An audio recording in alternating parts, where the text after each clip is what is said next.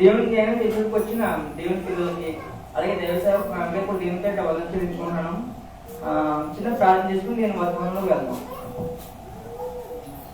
సర్వోన్నతుడం సర్వాధికారి నిత్యం ఆరాధన యోగుడు మా ప్రియపలకు దేవా, నేను ఈరోజు మీ జ్ఞానం తీసుకోవడానికి సిద్ధపడుతున్నాను తండ్రి.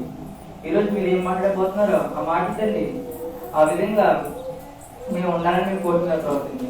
కాబట్టి నిత్యం పిల్లలతో ఎందుకంటే మనసు దయచేయమని వినవాక్యాన్ని వినేసి విడిచిపెట్టుకున్నా వినవాక్యం ప్రకారం ప్రవర్తించాలని బుద్ధి పుట్టించమని అలాగే చెప్తున్న నాకు పురుషుదాత్మ సాయం తెలిసి వాక్యం మీరైతే నడిపించమని పరమాంతరం భూమి అదను సర్వాధికారం ఇవ్వన్న క్రీస్తు వాక ఈ ప్రార్థన మనలో మీకు సమర్పించుకున్నా కానీ తండ్రి ఆమేన్. ప్రభుని ప్రియులారా, దేవుని వాక్యం చాలా శక్తివంతమైనది. ఆ శక్తివంత వాక్యాన్ని చెప్పే విధానం మనకి తెలియాలన్నమాట. తెలియకపోతే వాక్యం వింటాం, ఇతరులు చెప్పేది కదా అనే భావన మనలో కలిగితూనే ఉంటుంది. ఎందుకంటే దేవుని వాక్యం చెప్పే విధానం మనం రాకపోతే చాలా నష్టపోతాం. బోధకులు నష్టపోతాడు, అలాగే విశ్వాసులు నష్టపోతారు అనమాట. అలాగే సరైన వాక్యం చెప్పినప్పుడు సరే ఎవిడెన్స్ చూపించే విధంగా చెప్పే విధానం తెలిసిన వారి వాక్యం మనం విన్నప్పుడు దాని ప్రకారం నడవాలని భావన మనకి కలుగుతుంది అన్నమాట. ఎందుకంటే దేవుని వాక్యం చాలా శక్తివంతమైనది. యేసుక్రీస్తు చెప్పినప్పుడు కూడా 3 రోజుల వరకు భోజనాన్ని మర్చిపోయారంట. ఎందుకంత కాన్సన్ట్రేషన్ పెట్టే దేవుని వాక్యం మీద అంటే శక్తివంతంగా చెప్పాడైనా, చాలా బలంగా చెప్పాడైనా, అధికారిగా చెప్పారనమాట. ఆ విధంగా చెప్పే విధానం మనకు వచ్చిన మీకు దేవుడి పట్ల ప్రేమ కలుగుతుంది అన్నమాట. ఇక్కడ మనం కీర్తన 119వ అధ్యాయం తీయండి. కీర్తన 119 11వ వచనం. కీర్తన 119 11వ వచనం. నీ ఎదుట నేను పాపము చేయకుండానట్లు నా హృదయంలో ఈ వాక్యము ఉంచుకొని ఉన్నాను. అంటే పేరు అర్థమైందా? కొంచెం అర్థమైందా? పాపం చేయటం బతకాలంటే, పాపం పడటం బతకాలంటే, ఈ లోపల వేరే జీవించాలంటే మన హృదయంలో ఏముంచుకోవాలంటే వాక్యం ఉంచుకోవాలన్నమాట. ఎందుకు వాక్యం ఉంచుకోవాలంటే దుష్టుడు నీకంటే బలవంతుడు కాబట్టి. దుష్టుడు మిమ్మల్ని ఏ విధంగానే దాటించవచ్చు. ఎందుకంటే మన వాక్యం కొద్దిగానే తెలుసు, వాడికి సంపూర్ణంగా తెలుసు వాక్యం. అందుకే కదా యేసుక్రీస్తు గారు కూడా దగ్గర వచ్చి వాక్యం మాట్లాడాడు, సొంతంగా బయట విషయాలు చెప్పలేదు. ఎందుకంటే బయట విషయాలు చెప్పిన రాంగ్ కాబట్టి వాక్యంలో చూపిస్తూ వాక్యం విషయంలో తప్పించాలని చూసారు ఆయన. ఎందుకంటే ఆ మాట కూడా దేవుడు ఆయన ఎందుకు ఆడికి వాక్యం తెలిసేది మీకు తెలియాలని, ఆడికి వాక్యం తెలిసిన విషయం మీకు తెలియాలని. కాబట్టి మీరు వాక్యం విషయం తెలుసుకోవాలి, వాక్యం చదువుతూ ఉండాలి. ఏమైనా సందేహాలు ఉంటే సేవకుని అడగాలి. చదవమే మానేస్తే ఈ సందేహాలు వస్తే వెంటనే పక్కన పెట్టేస్తే ఇంకా దేవుడి గురించి తెలుసుకోవడం ఆసక్తి మనలో ఎలా వస్తుంది? అందుకే మనకి ఇక్కడ ఏమన్నాడంటే వాక్యము హృదయం ఉంచుకోవాలి. హృదయం ఉంచుకోలేదని దుష్టుడు ఏం చేస్తాడండి? ఎత్తుకెళ్ళిపోతున్న వాస్తవమైన మాట నెరవేరిపోతుంది మన జీవితంలో. చాలా వాక్యాలు ఉన్నారు కదా నా వాక్యాలు. ఏదైనా వాక్యం చెప్పమంటే చెప్తారేమైనా? కొంచెం మాట చెప్తారేమో, మొత్తం చెప్తారు కదా. కొన్ని విషయాలు మనం మనసులో పెట్టుకోగలం. నేను మాట్లాడిన మాట చాలా మాటలు మీకు నొప్పి కలిగించుంటాయి, అవునా కదా? కొంచెం ధైర్యం దారి నొప్పుకుంటే చేస్తే కొంచెం ఈ మాటలు కొన్ని విషయంలో నొప్పి కలిగించాను చేస్తారు ఎవరైనా ఎత్తరేమో. ఒకవేళ నొప్పి కలిగించిన ఎత్తరు. ఎందుకంటే నేను ఉన్నదని చెప్పేస్తుంటాను అనమాట. ఉన్నట్టు చెప్తాను ఏంటి ఆ యాకి నేను అనుసరించాలి. మొదట నేను ఏదైనా మీకు చెప్పాను అది అనుసరించాలి చెప్తాను. ఎప్పుడు నేను అనుసరించకుండా నేను చెప్పను. ఆ విషయం చూపిస్తాను. నేను మత సువార్త 5వ అధ్యాయము 19వ వచనం. మత్తయి సువార్త 5వ అధ్యాయము 19వ వచనం. కాబట్టి ఈ ఆజ్ఞలలో మీకు అల్పమైన ఒక దాని మీరి మనుషులు కలగ చేయ బోధించేవాడు ఎవడో పర్లోక రాజ్యంలో మీకు అల్పడడం అయితే జాగ్రత్తగానండి. అయితే వాటిని గైకొని బోధించేవాడు ఎవడో బోధించేవాడు వాడు పనులు రాజు గొప్పవాడుకున్నాం గైకొని ఏమనుంది వాటిని గైకొని బోధించేవాడు ఎవరో ఆ మాట మనం మర్చిపోకూడదు. అంటే బోధించేవాడు ఏం చేయాలి? మొదట వాటిని గైకొని మీకు బోధించాలి. నేను గైకొని మీకు బోధించడానికి మీరు వింటారు, మీరు దీనిలోకి నా మాట వెళ్ళాలి. అవసరం తెలుసు ఎస్కిస్ప్రోగ్రామ్ గైకొని కానీ బోధిస్తా గైకొని బోధించారా? లేదు కదా, గైకొని బోధించారు కాబట్టి అనుసరించారు కాబట్టి 3 రోజుల వరకు ఆయనకి వింటున్న ప్రజలకి ఆహారం మర్చిపోయే వాళ్ళు. అంత శక్తివంతంగా ఉంటుంది మాట గైకొని బోధిస్తే. అప్పుడే వీళ్ళు వాక్యం వెళ్తుంది. అదే పిల్లరా ఇక్కడ దేవుడు ఏమన్నాడంటే నేను పాపం చేయకుండా నేను ఆలోచన ఉంచుకోవాలి, వాక్యం ఉంచుకోవాలి. వాక్యం ఉంచుకోకపోతే ఏమవుతుంది చూడండి. 13వ అధ్యాయం మత్తయి సువార్త, అదే 13వ అధ్యాయం కాదు, మత్తయి సువార్త 13వ అధ్యాయము చెప్తాను వచనం 11వ వచనం చదువుతాం.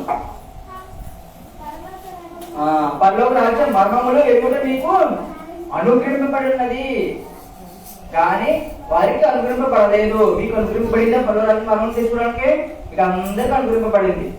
మర్మం చెప్తున్నాం, మీకు 3 విషయాలు తెలియజేసిన ఈ రోజు వరకు. ఆమెగారి విషయాలనే అవకాశం ఇచ్చిన విషయాలు 10 విషయాలు చెప్పాను, 10 విషయాలు ఏం చెప్పలేదు. పరలోక రాజ్యం గురించి చెప్పాను, అది ఎంత గొప్పదో చెప్పాను, దాని విలువ ఎంత గొప్పదో మీకు చెప్పాను అనమాట. దానికని భూమి మీద ఆశ పెట్టుకోకండి, భూషణ మీద వాటిని మనసు పెట్టుకోకండి. అది చాలా గొప్పది, అది కోల్పోతే మరొకసారి రాదు. ఒకసారి మన మరణం మనం తడితే మరో అవకాశం దేవుడు ఇవ్వడు. ఇప్పుడు ఎవరికైనా అవకాశం రెండో జన్మ ఇవ్వలేదు, ఇవ్వడు కూడా. అంటే పర్వరాజు మరణం చెప్పాను, మీరు అన్ని తెలుసుకున్నారన్నమాట. రాజ్యం మరణం ఎప్పుడు మీకు అనుగ్రహింపబడి ఉన్నది, వారికి అనుగ్రహింపబడలేదు. కలిగిన వారికి ఇవ్వడండి ఏంటి? వాటి మీద ఎవరికైతే ఆసక్తి ఉందో వారికి దేవుడు శిక్షిస్తాడు. ఆసక్తి వాళ్ళకి లేదని వాళ్ళకి ఆసక్తి కోల్పోతుంటారు అన్నమాట. అలాగా వాడి సమృద్ధికి కలుగును, లేని కలిగినది వాడి దగ్గర తీసివేయబడను. ఇప్పుడు చూడండి, మరియు వారు చూచుచుండి చూడరు, వినిచుండి వినకయు గ్రహింపకై ఉన్నారు. ఆ ప్యాషన్ మీరు ఎవరు ఉన్నారా? ఇప్పుడు ఉన్న ఎవరున్నారు? అలాగా చూస్తున్నారు, దేవుడు చూస్తున్నారు, దేవుడి మాటలు వింటున్నారు కానీ గ్రహించలేదా? నమ్మట్లేదు దేవుడి మాటలని, వాక్యాన్ని. ఆల్రెడీ ప్యాషన్ ఎవరు ఉన్నారని సెట్ అయిపోండి ఈ రోజే. నమ్మటి దేవుడు వాక్యాన్ని. ఆ ప్యాషన్ ఉందండి ఏంటి? వాళ్ళు చూచుండి చూడరు, వినిచుండి వెనకాయ గ్రహింపై ఉన్నారు. 15వ వచనం ఏమంటాడండి? ప్రజలు కన్నులారా చూచి చెవులారా విని హృదయంతో గ్రహించి మనసు తిప్పుకొని నా వాళ్ళ స్వస్థత పొందుకున్నట్లు వారి హృదయం కృగినది. ఇది చాలా దారుణం. మనసు కృగినట్టు ఏంటి? ఇంకా ఎక్కడ వాక్యం అంటే మనసుకి కేవలం ఉంటే మనం అన్ని సెట్ అయిపోండి. ఇదే దేవుడికి సెలవుస్తుంది ఈ రోజు. అంటే మనసుతో మనం ఉండకూడదు, రాయడానికి మనసు మనం కొనకూడదు, మెత్తని మనసు మనం కొనాలి. ఎలాగా? దేవుడు ఏదైనా చెప్తే అవి నడిచే మనసుతో మనం కలిగి ఉండాలన్నమాట. చెవులారా విని హృదయం గ్రహించాలి. మీరు వింటున్నారు ఆ మాట, మీరు వినపడుతున్నారా? ప్రతి ఒక్కరు వింటున్నారు కదా, మీరు గ్రహిస్తున్నారా ఈ మాట? దేవుడి మాట అని పల్లెలో చాలా విషయం చెప్పాను నేను, అవన్నీ గుర్తిస్తున్నారా? మర్చిపోరండి. విషయంకి కూడా అని అడుగుతున్నాను అన్న ఈ రోజు. దాని మీరు ఉండకూడదు. మిమ్మల్ని ఎంతో నేను ప్రేమిస్తున్నాను అనమాట. అంతేగా నేను కష్టపడుతున్నాను, వాక్ నేర్చుకున్నాను, మీకు శ్రమ పడి వచ్చి చెప్తున్నాను అనమాట. నాకు వెంటనే అర్థమైపోవాలి, చాలా కష్టపడాలి దేవుడి వాక్యం. దేవుడు నా పట్ల ఉంది కాబట్టి చాలా విషయం చెప్పాలనండి. దేవుడు సాయం పడితే నా వాళ్ళు కాదు, నా వాళ్ళు ఏమి అవ్వదు. మీకు నేర్పించాలని దేవుడు ఆశీర్వాదాలు ఉన్నాడు అన్నమాట ఈ రోజు. మీరు అలాంటి బ్యాచ్ లో ఉండకూడదు. వారి చెవులకు మందములైనవి వారు తమ కన్నును మూసుకొని ఉన్నారు కనుక మీరు వినుట మటుకు విందురు కానీ గ్రహింపరు, చూసిన మటుకు చూదురు కానీ ఎంతమంది తెలుసుకున్నారని కొందరు విషయాలు ఇప్పుడు ఆ కొందరు మీరు ఉండకండి. ఏమని చెప్తుంది ఈ రోజు అని బ్యాచ్ మీరు ఉండొద్దు. గ్రహించండి, దీని బట్టి నమ్మండి, విశ్వాసం ఉంచండి. అలా మీకు విశ్వాసం చెప్పకపోతే ఈ బ్యాచ్ మీకే వర్తిస్తుంది. మాట మీకు వచ్చు మీరు అనుకోవచ్చు. ఉన్నారు ఇలాంటి బ్యాచ్ ఎవరన్నా ఉండకండి. గ్రహించండి, దేవుని మాట అర్థం చేసుకోండి. చెవులున్నాయి కదా, కొన్ని ఉన్నాయి కదా, మన విశ్వాసాలు లేకపోవచ్చు కానీ గ్రహిస్తున్నా లేదా? నేను నైట్ వాక్ చేసినప్పుడు గ్రహిస్తున్నాడు, చాలా విషయాలు చెప్తుంది నాకు. అంటే నేను గ్రహిస్తున్నాడే నా విషయం అర్థమైంది దాకా, వింటున్నాడని అర్థమైందన్నమాట. మీకు అన్నీ ఉన్నాయి కాబట్టి మీరు ఇంకా బలంగా ఉండాలన్నమాట. రేపు దేవుడు ఎక్కడ వాడుకొచ్చి నాకు ఏం తెలుసు? కొన్ని ఉన్నాయి కాబట్టి వాకు చెప్పడం పోవచ్చు కానీ వింటున్నాడు కదా, ఆ మాట తన హృదయం దాచుకున్నాడు ప్రతి మాటనే.